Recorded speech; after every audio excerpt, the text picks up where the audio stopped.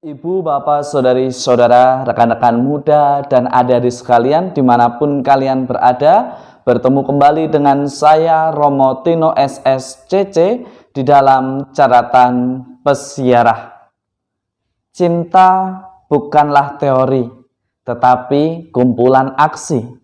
Cinta bukanlah sekedar ungkapan kalimat indah yang berupa puisi, tetapi kumpulan aksi dari pengorbanan dan ketulusan dalam pemberian diri untuk saling melengkapi. Sebelum kita mendengarkan permenungan dari catatan pesiarah, marilah kita membuat tanda kemenangan Kristus. Dalam nama Bapa dan Putera dan Roh Kudus. Amin. Allah Bapa yang Maha Kasih, kami sungguh bersyukur atas segala kasih dan karunia yang telah Engkau berikan kepada kami anak-anak-Mu. Bantulah kami anak-anak-Mu di dalam persiaran dunia ini. Kami semua Engkau mampukan untuk menghayati hukum yang terutama sebagaimana yang telah Engkau ajarkan kepada kami hari ini.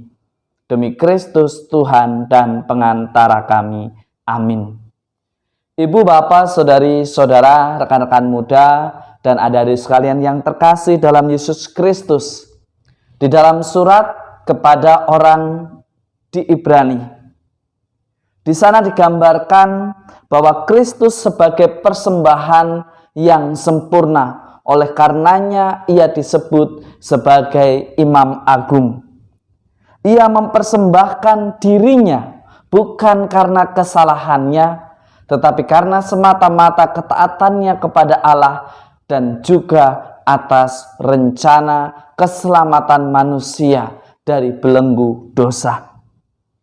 Spiritualitas seorang sahabat yang ditawarkan oleh Yesus sebagaimana disampaikan di dalam surat kepada orang Ibrani, kita semua diajak untuk berani menjadi seorang yang rela berkorban demi sebuah kebaikan, yang rela menunjukkan kesalahan seseorang dan menemani agar tidak sendirian diselamatkan, tetapi semakin banyak orang diselamatkan.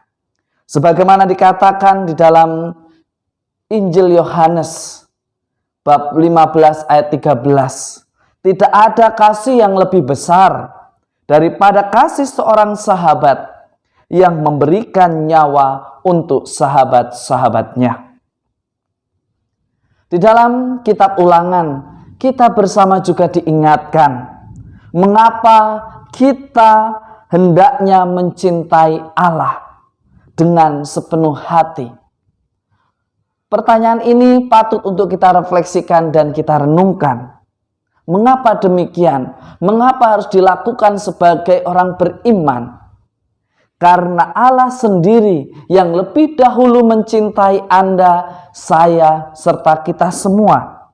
Maka hendaknya kasih itu kita tanggapi dalam bentuk panggilan dengan jawaban ya. Karena kasih bukan hanya sekedar ungkapan kata dari perasaan, tetapi tindakan konkret yang kita lakukan atas jawaban ya untuk menjadi orang beriman sebagaimana yang Allah kehendaki. Yesus menawarkan hukum yang terutama sebagaimana dikatakan di dalam Injil Markus. Perintah yang pertama, Tuhan Allah itu esa. Kasihanilah Tuhan Allahmu dengan segenap hati, dengan segenap akal budi, dan dengan segenap kekuatan. Dan perintah yang kedua, kasihilah sesamamu manusia seperti dirimu sendiri. Yesus mau mengajak kepada kita pada minggu ini, sebagai orang beriman, mestinya di dalam perjalanan hidupnya, ia tidak mudah menghakimi. Ia tidak mudah menyalahkan sesamanya. Allah adalah kasih. Kasih selalu menunjukkan kebenaran.